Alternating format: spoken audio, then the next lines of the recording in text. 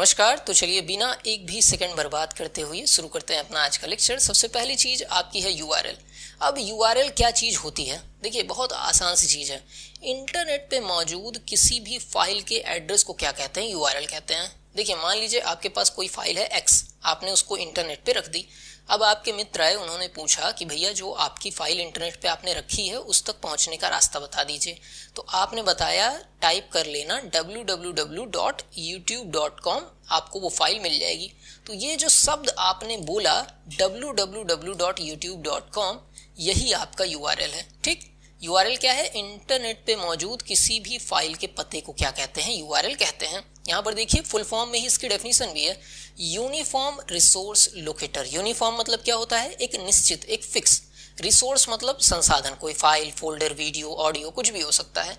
Locator मतलब उसका पता बताने वाला। किसी फिक्स फाइल का पता बताने वाला क्या कहलाता है? यूआरएल कहलाता है। ठीक, जैसे आपको मेरी वीडियो देखनी है तो आपको यूट्यूब के अंदर कंप्यूटर जी वाले सर्च करना पड़ेगा चैनल को और उसके अंदर आप देख पाएंगे। तो आपको लिखना होगा www.youtube.com/computerg और आप हमारे चैनल तक पहुंच जाएंगे। तो ये चीज जो आप लिख रहे हैं यही आपका यूआरएल है। यूआरएल किसी भी फाइल तक पहुंचने के लिए उसका एड्रेस होता है। ठीक, यही चीज यहाँ पर समझाई गई है। अब एड्रेस ऐसा नहीं है कि आप कोई चीज ढूंढना चाहते हैं तो आप गए, मान लीजिए सरकारी रिजल्ट साइट आपने खोली, तो क्या पहले ही पेज पे आपको सब मिल जाता है? नहीं, आप लिंक पर क्लिक करते हैं कि यूपीपी का फॉर्म भरना है तो उस लिंक में जाते हैं, नोटिफिकेशन करना है तो उसमें ऑप्शन में जाते हैं, या कोई गाना डाउनलोड करना है तो वेबसाइट खोलते हैं तो सबसे पहले न्यू सॉन्ग में जाते हैं, फिर बॉलीवुड में जाते हैं, फिर फेवरेट सिंगर जो अरिजीत सिंह कुछ भी हो सकते हैं उनके अंदर जाते हैं, फिर आप अपने गाने को डाउनलोड करते हैं। तो कई फाइल से होते हुए आप उस तक पहुंचते हैं। इतनी चीज समझ में आ रही है? तो जो यूआरएल होता है उसके कई पार्ट्स भी होते हैं। देखिए क्या क्या पार्ट होते हैं यहाँ पर। सबसे पहले आपने अगर वेबसाइट को ध्यान से देखा होगा तो सबसे पहला हिस्सा क्या लिखा होता है? HTTP या HTTPS लिखा होता है। इसका फुल फॉर्म क्या होता है? Hyper text transfer protocol. और HTTPS लिखा है तो hyper text transfer protocol secure होता है इसका फुल फॉर्म। इसके बाद यहाँ पर देखिए प्रोटोकॉल क्या होता है? तो नियमों के समूह को क्या कहते हैं? प्रोटोकॉल कहते हैं। Set of rules is known as protocol. आगे चलिए, तो यहाँ पर देखिए आपके वेबसाइट का नाम फिर आ जाता है। मान लीजिए सरकारी रिजल्ट.com, google.com, youtube.com, ये दूसरे पार्ट में आ जाता है। और इसको क्या कहते हैं? इसको कहते हैं डोमेन नेम। और इसके पीछे जो .com, .edu या इस तरीके की चीजें जो मिलती हैं उसको होस्ट नेम कहते हैं। फिर आपका आता है पाथ, मतलब किन किन फोल्डर के अंदर जाकर आपको वो फाइल आपकी मिली। समझ रहे हैं कि जैसे आप वेबसाइट पे पहुंचे, आप न्यू सॉन्ग में गए, फिर बॉलीवुड में गए, फिर अरिजीत सिंह में गए, तो ये अलग अलग फोल्डर में आप जा रहे हैं। समझ रहे हैं कि नहीं? और इस चीज को क्या कहते हैं? इस चीज को कहते हैं एब्सोल्यूट पाथ, या पाथ नेम भी कई किताबों में लिखा हुआ आपको मिल जाएगा। तो इस तरीके से कुछ आपका यूआरएल दिखता है। पूछा जाता है कितने पार्ट होते हैं? टोटल 4 पार्ट यहाँ पर आपके होते हैं किसी भी यूआरएल में। जरूरी नहीं कि 4 ही पार्ट हो, लेकिन 4 पार्ट हो सकते हैं, ऐसा कहा जा रहा है। ठीक, बाकी जो आपके प्रोटोकॉल है इसको भी आगे देखेंगे, परेशान मत होइएगा। डोमेन नेम क्या होता है आगे भी इसी लेक्चर में देखेंगे, परेशान मत होइएगा। चलिए आगे बढ़ते हैं और यहाँ पर बात करते हैं क्या है www। तो देखिए जो आपकी वेबसाइट और वेब पेज होते हैं ये सारे जो होते हैं वो इंटरनेट के पार्ट हैं और ये www के अंतर्गत आते हैं। पूछा जाता है इसका आविष्कार किन्होंने किया था? तो नाम आता है टिम बर्नर्स-ली का। इंपॉर्टेंट है, पूछा जाता है इसलिए इसको याद कर लीजिएगा। ठीक, क्या चीज? टिम बर्नर्स-ली इनका नाम है। उसके बाद चलते हैं, यह कहा गया है यह मूल रूप से इंटरनेट सर्वर का एक सिस्टम है जो स्पेशली फॉर्मेटेड डॉक्यूमेंट को सपोर्ट करता है। ठीक, इसमें डॉक्यूमेंट्स को एक मार्कअप लैंग्वेज के फॉर्मेट में लिखा जाता है जिसे आप HTML hyper text markup language कहते हैं। ठीक, अगर किसी को मतलब इंटरनेट के बारे में विस्तृत पढ़ना है तो जो M2R5 का पहला लेक्चर हमने पढ़ाया है ना, उसको पढ़ लीजिएगा, एकदम आसानी से सारी चीज़ें समझ में आ जाएंगी। तो ये चीज़ मैं नीचे डिस्क्रिप्शन में लिंक दे दूंगा। अगर आप www या इंटरनेट के बेसिक को, क्लाइंट क्या होता है, सर्वर क्या होता है, ये सारी चीज़ें देखना चाहते हैं ना, तो वहाँ पर देखेंगे तो अच्छे से मैंने बताया है। नीचे डिस्क्रिप्शन में आपको लिंक मैं दे दूंगा। बाकी एक बार इसको थ्योरी को देख लेंगे तो भी आसानी से समझ में आ जाएगा। मैं इसके आगे की तरफ बढ़ रहा हूँ। बात की गई है वेब पेज की, तो वेब पेज क्या चीज़ होता है? तो अगर बात करें पहले आसान भाषा में फिर टेक्निकल बात करते हैं। तो आसान भाषा में कहा जाएगा कि ये आपका कोई पेज है, इसको आपने इंटरनेट पे जब रख दिया तो वो आपका वेब पेज कहलाएगा। ठीक है, इंटरनेट पे मौजूद कोई भी पेज क्या होता है, वेब पेज होता है।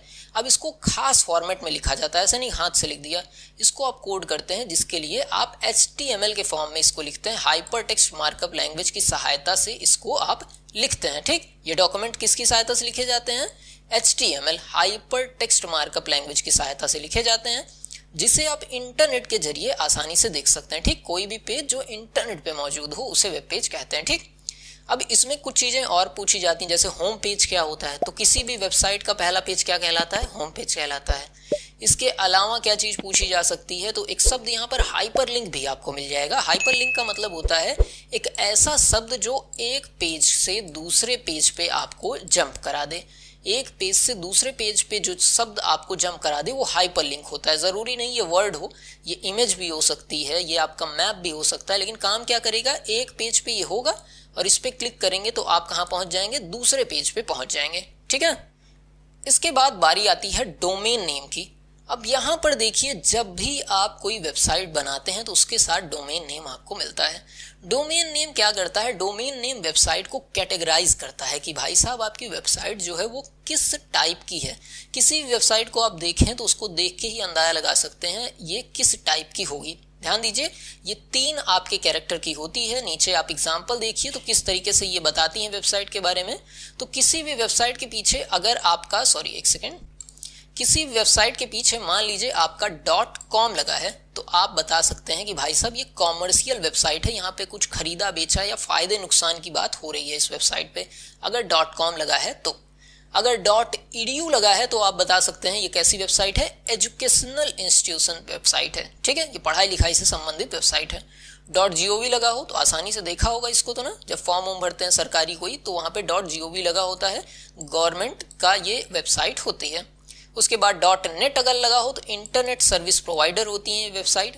.mil लगा हो तो मिलिट्री से रिलेटेड साइट है। .org लगा हो तो ऑर्गेनाइजेशन से रिलेटेड ये आपकी वेबसाइट होती हैं। तो ये क्या है? ये आपकी वेबसाइट को बता देती हैं कि किस प्रकार की आपकी ये वेबसाइट है। समझ रहे हैं कि नहीं, कि उसका पर्पस क्या है, उसका नेचर क्या है उस वेबसाइट का, वो यहाँ से आपको पता चल जाता है। चलिए आगे की तरफ बढ़ रहे हैं। टाइप्स ऑफ वेबसाइट की बात की गई है। वेबसाइट के 2 प्रकार होते हैं, एक आपका स्टैटिक होता है, एक आपका डायनामिक होता है। आसानी से समझ लेंगे इस चीज को, बस ध्यान से बने रहिएगा। देखिए, चलिए 1 सेकंड लूंगा मैं। शुरुआत में मैं ये सब नहीं करता हूँ, लेकिन अगर यहाँ तक पहुंचे तो इसका मतलब है लेक्चर आपके काम का है, तभी यहाँ तक पहुंचे, नहीं तो स्किप कर दिया होता अभी तक। तो यहाँ तक पहुंचे, हमारी मेहनत दिख रही है तो पहले तुरंत सब्सक्राइब कर दीजिए और लाइक बटन पे प्रेस कर दीजिए। मैं शुरुआत में इसलिए नहीं कहता हूँ क्योंकि बहुत से लोग ऐसे आ जाते हैं जिनको मान लो मेरी वीडियो ना पसंद आई, लेकिन यहाँ तक आए हो तो आ रही होगी, कर देना, मतलब बेईमानी नहीं मेरे साथ। चलिए, तो स्टैटिक वेबसाइट क्या चीज होती है? चलो, बहुत आसान चीज है। स्टैटिक मतलब क्या होता है? कोई भी ऐसी चीज जो फिक्स हो। क्या चीज? कोई भी ऐसी चीज जो फिक्स हो उसको हम क्या कहते हैं? स्टैटिक कहते हैं। जो बदले ना, आज आप कोई वेबसाइट खोल रहे हैं तो उस पर जो कंटेंट है वही कल भी मिले, परसों नरसों, जब भी आप खोलेंगे उस पर सेम कंटेंट मिलेगा, उसको क्या कहते हैं? स्टैटिक वेबसाइट कहते हैं। सर इस तरीके की वेबसाइट का एग्जांपल दीजिए। मान लीजिए आपने कोई कविता लिखी और उसको आपको इंटरनेट पे डालना है, तो क्या वो कविता रोज रोज आप बदलेंगे? नहीं। तो ऐसे कामों के लिए आप यूज करते हैं स्टैटिक टाइप की वेबसाइट। एक बार पढ़ लेते हैं। जिसके वेब पेज में फिक्स कंटेंट होते हैं, समझ रहे हैं कि नहीं? इसे हर तरह के वेबसाइट के यूजर एक ही कंटेंट दिखाई देता है, चाहे वो दुनिया में कहीं से एक्सेस करे। मतलब कोई भी इसको चलाएगा तो उसको कंटेंट जो है सेम ही दिखेंगे। मेन चीज क्या है कि ये फिक्स होती है। ठीक, इसको देखिए, अब ये फिक्स है तो मतलब इसमें कोई बदलाव नहीं होना है, तो इसकी कोडिंग भी बहुत आसान होती है। कोडिंग आसान होगी तो वेबसाइट सस्ती बनेगी, मेंटेनेंस इसमें कम होगा। ये सारी चीजें आप यहाँ पर देख सकते हैं, यही चीजें लिखी हुई हैं कि यहाँ पर इसमें कोई डेटाबेस की जरूरत नहीं पड़ती है, ना ही वेब प्रोग्रामिंग की आवश्यकता पड़ती है। मतलब इसको आसानी से बनाया जा सकता है और मतलब कई सारे पेज, 1-2 पेज लेके ऐसे जोड़ दीजिए तो आपकी स्टैटिक वेबसाइट आपकी तैयार। सर डायनामिक वेबसाइट क्या होती है? अब नाम ही है डायनामिक वेबसाइट, जो बदलती रहे। इसमें कंटेंट अपने हिसाब से ऐड होते रहते हैं, हटते रहते हैं। यहाँ पर देखिए, डायनामिक वेबसाइट वो वेबसाइट होती है जिसका कंटेंट हर यूजर के अनुसार बदलता रहता है। इसमें HTML के अलावा और भी कई सारी प्रोग्रामिंग लैंग्वेजेस के साथ साथ डेटाबेस का यूज किया जाता है। मतलब स्टैटिक में तो आप HTML की सहायता से बना लेते थे, लेकिन इसमें स्टैटिक HTML के अलावा भी और भी वेबसाइट यूज़ होती हैं और इसका खुद का अपना डेटाबेस होता है। ठीक, अब यहाँ पर एक और बात की गई है, एक शब्द मेन है, देखिए सर्वर साइड और क्लाइंट साइड स्क्रिप्टिंग लैंग्वेज का यूज़ किया जाता है। मतलब सर्वर और क्लाइंट तो समझते होंगे ना, सर्वर मतलब जो डेटा को भेज रहा है और क्लाइंट मतलब वो कंप्यूटर जो डेटा को मांग रहा है। जैसे अभी आपके हाथ में फ़ोन है जिसमें आप वीडियो देख रहे होगे, या लैपटॉप होगा जिसमें आप वीडियो देख रहे होगे, तो उसमें डेटा आ रहा है कहीं से, वो डेटा मांग रहा है, तो वो क्लाइंट है। और जहां से डेटा आ रहा होगा, मतलब यूट्यूब से डेटा आपके पास आ रहा है, ठीक है, यूट्यूब आपको डेटा दे रहा है, समझिए इस चीज़ को, ये आपका यूट्यूब है और ये आप हो जो आपके हाथ में फ़ोन है। तो इस फ़ोन में यूट्यूब से डेटा आ रहा है, ठीक है, इस फ़ोन में डेटा आ रहा है, तो ये फ़ोन आपका क्या हुआ, क्लाइंट हुआ, और जहां से डेटा आ रहा है ये सर्वर हुआ। तो इसमें दोनों साइड में स्क्रिप्टिंग का यूज़ किया जाता है, सर्वर के साइड भी और क्लाइंट के साइड भी स्क्रिप्टिंग का यूज़ किया जाता है, क्योंकि सर्वर के साइड जब डिटेल्स बदलेंगी तो आपका जो क्लाइंट साइड की डिटेल है वो फ्लक्चुएट होंगी। चलिए, और आईपी एड्रेस की बात करते हैं। अब आईपी एड्रेस कहीं ना कहीं आपने सुना भी होगा और बहुत आसान सी चीज़ है। देखिए, हर चीज़ का पता होता है, जैसे हमारा घर है उसका एक पता है, और ये क्यों ज़रूरी है। मान लीजिए आप हमें कुछ भेजना चाहो तो आप कैसे भेजोगे, मेरे घर के पते पे ही तो भेजोगे। जैसे फिजिकल वर्ल्ड में हमारा एड्रेस होता है, वैसे इंटरनेट की दुनिया में कंप्यूटर के एड्रेस को क्या कहते हैं, आईपी एड्रेस कहते हैं आसान भाषा में। तो एक ऐसा पता जिससे एक कंप्यूटर दूसरे कंप्यूटर को पहचानता है उसको क्या कहते हैं, आईपी एड्रेस कहते हैं। फिर से एक बार, एक ऐसा पता जिससे एक कंप्यूटर दूसरे कंप्यूटर को पहचानता है उसको क्या कहते हैं, आईपी एड्रेस कहते हैं।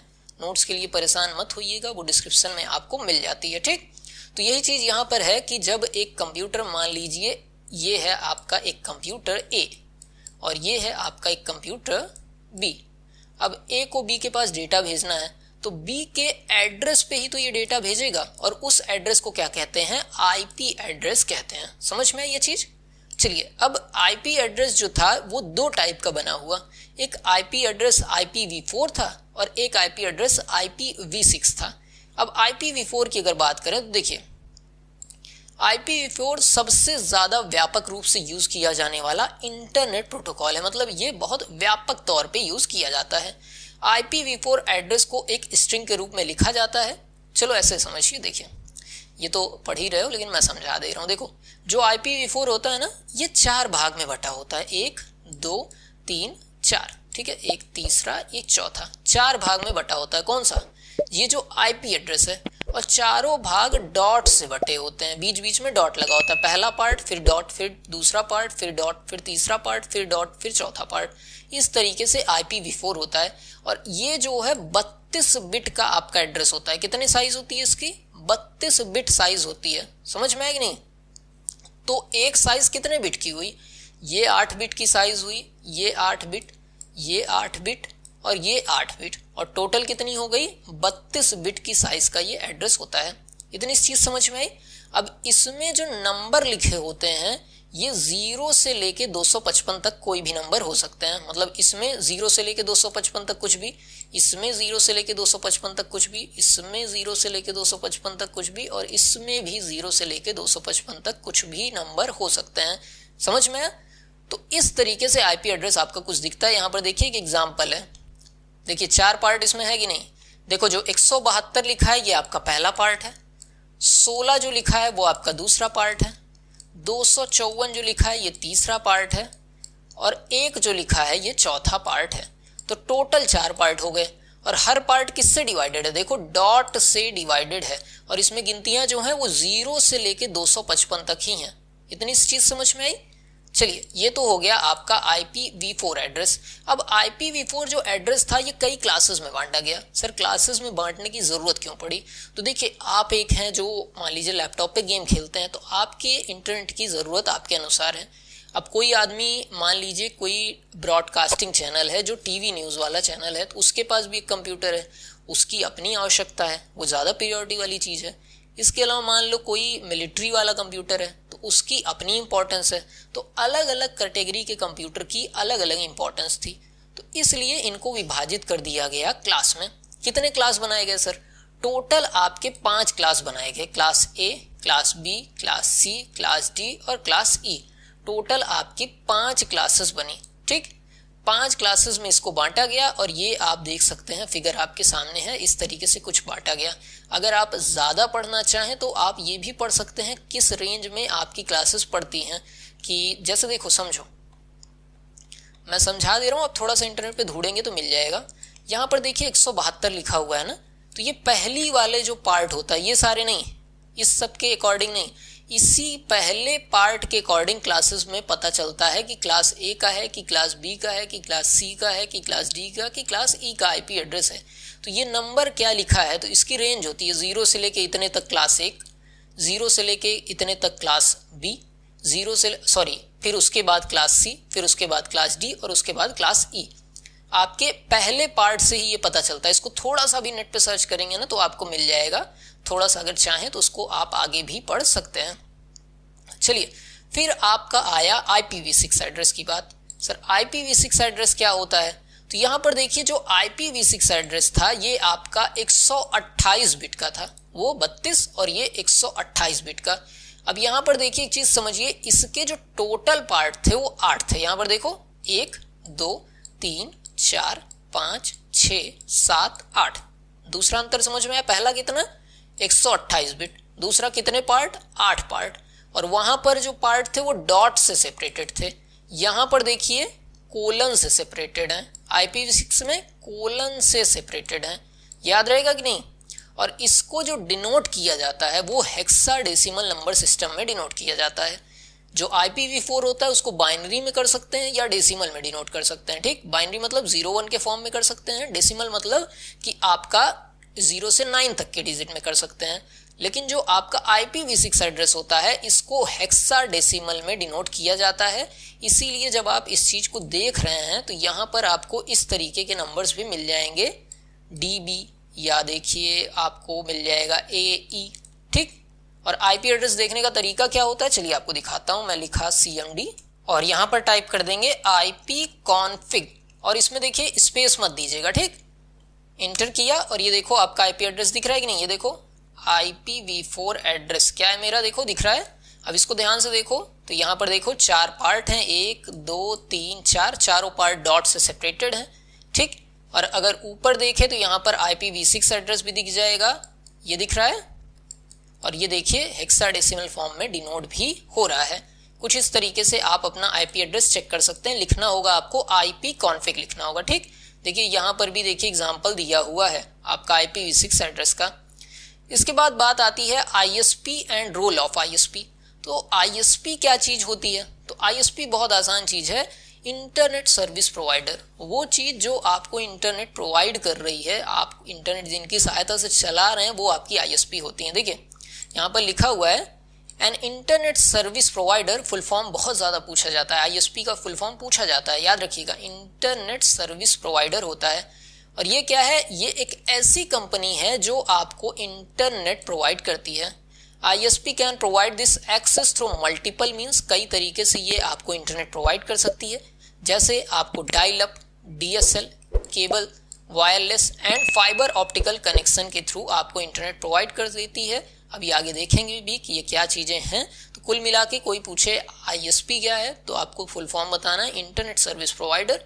आगे आप बता सकते हैं ये वो कंपनियां होती हैं जिनकी सहायता से हम इंटरनेट चला पाते हैं, जो हम तक इंटरनेट को पहुंचाती हैं। समझ में आया कि नहीं?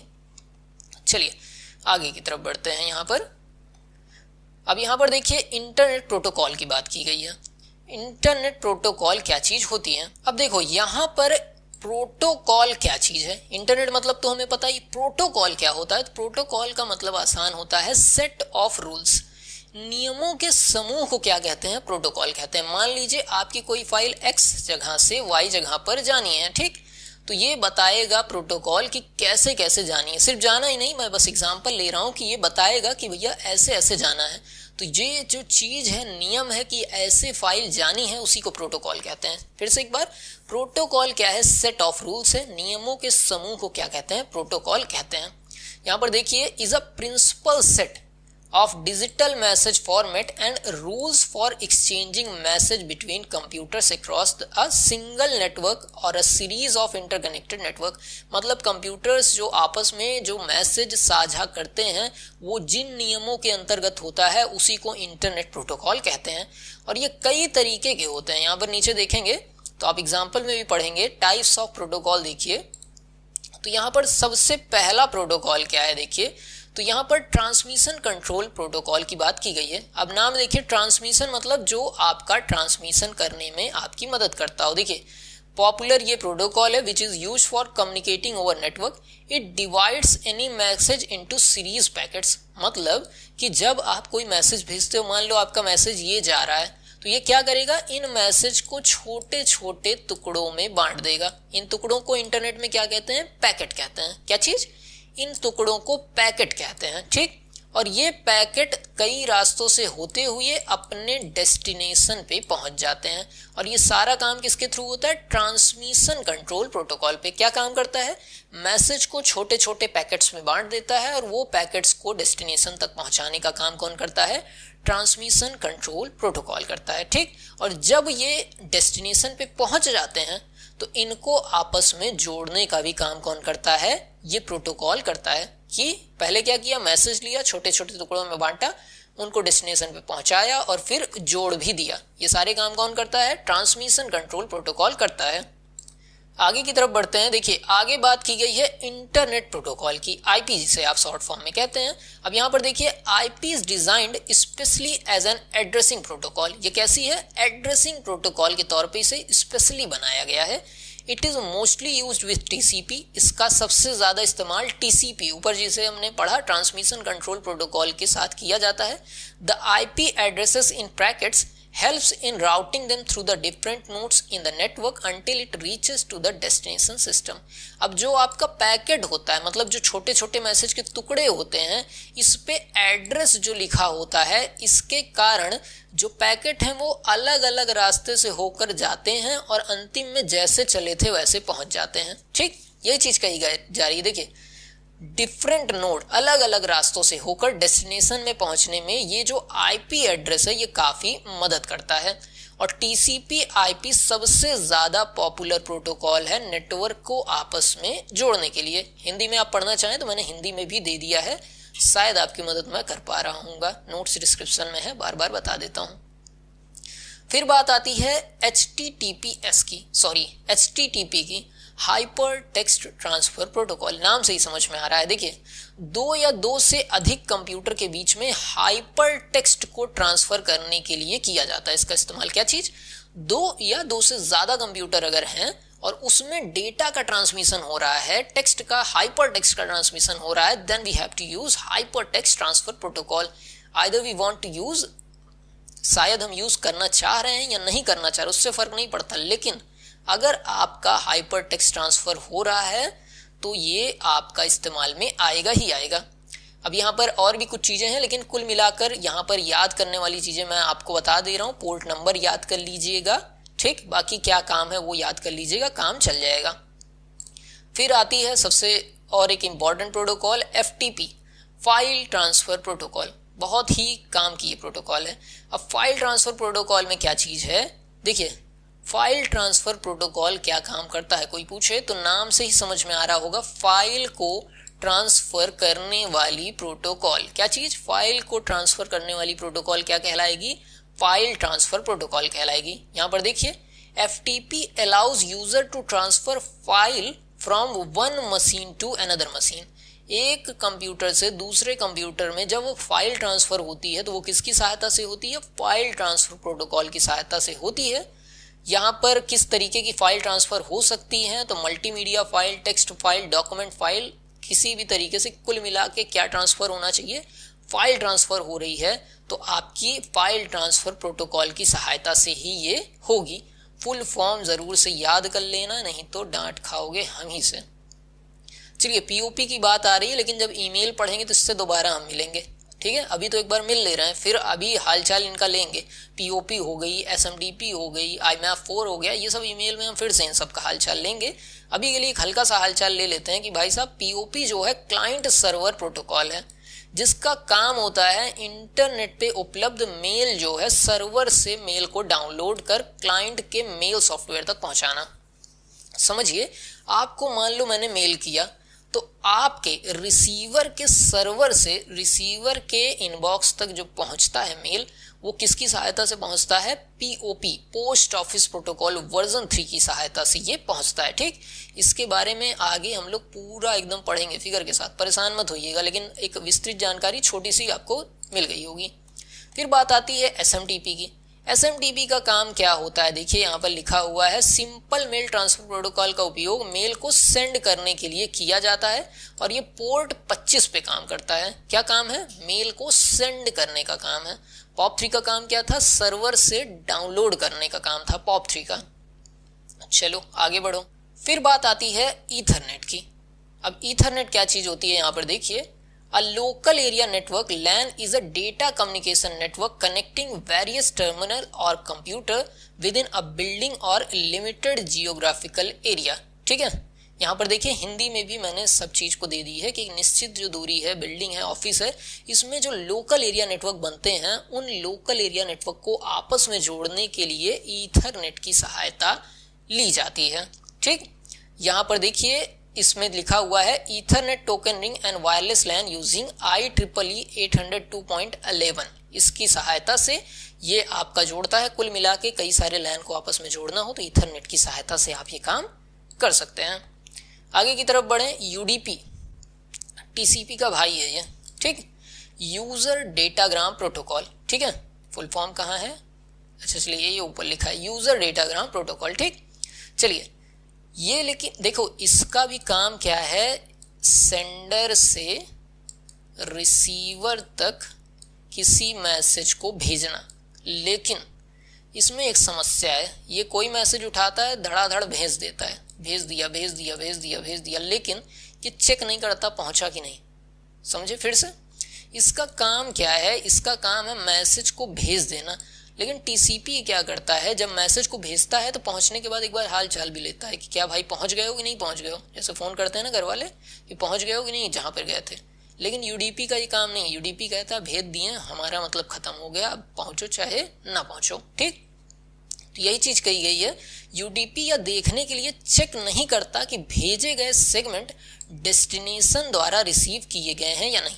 जैसे मान लो आपके घर पे कोई आ गया, आप चाह नहीं रहे थे, आए 5-6 दिन टिक गया, तो जैसे आपका बस चलेगा बस भेज दोगे, ये नहीं पूछोगे पहुंचेगी नहीं पहुंचे, बस आपका एक ही लक्ष्य होगा कि घर से किसी तरीके से निकले। वैसे यूडीपी भी काम करता है, पैकेट को घर से निकाल देता है, पहुंचे चाहे ना पहुंचे। लेकिन टीसीपी क्या करता है? टीसीपी मैसेज को पहुंचाने तक की जिम्मेदारी लेता है कि रिसीवर के पास पहुंच गया कि नहीं, ये चेक करता है कि मान लो पैकेट 1 भेजा है तो पैकेट 1 चेक करता है कि यहाँ आया कि नहीं आया। नहीं आया तो फिर से भेजेगा, लेकिन पहुंचाएगा, बिना पहुंचाए वो मानता नहीं है।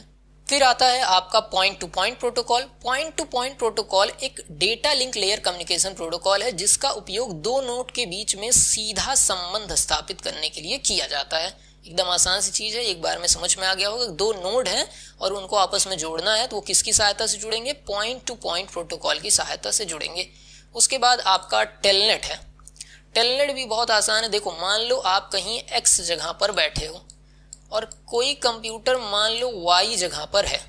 ठीक, तो आप यहां से बैठ के अगर इस कंप्यूटर का एक्सेस लेना चाहते हो, समझ में आ रहा है कि आप दूर से अगर किसी कंप्यूटर को चलाना चाहते हो तो उसके लिए टेलनेट का यूज होता है। यहां पर देखिए, कनेक्टिंग प्रोसेस है termed as remote login. Remote login मतलब दूर से बैठ के जब आप चला पाओ किसी सिस्टम को, कि आप बैठे यहां पर हो पर कई किलोमीटर दूर कोई कंप्यूटर है और उसे आप एक्सेस करना चाहते हो तो आपको टेलनेट, टर्मिनल नेटवर्किंग की जरूरत पड़ती है। उसी की सहायता से ये सारे काम होते हैं। चलिए, अब यहाँ पर किस तरीके से आप इंटरनेट से कनेक्ट करते हैं ये सारी चीजें हैं, तो इसको अगले लेक्चर में कवर करेंगे। थोड़ा सा बड़ा लेक्चर हो गया होगा, उम्मीद करता हूँ चीजें आपको समझ में आई होंगी। नोट्स डिस्क्रिप्शन से डाउनलोड कर लीजिएगा और वीडियो को लाइक सब्सक्राइब जरूर कर दीजिएगा। मिलते हैं अगले लेक्चर में, तब तक के लिए नमस्कार, जय हिंद।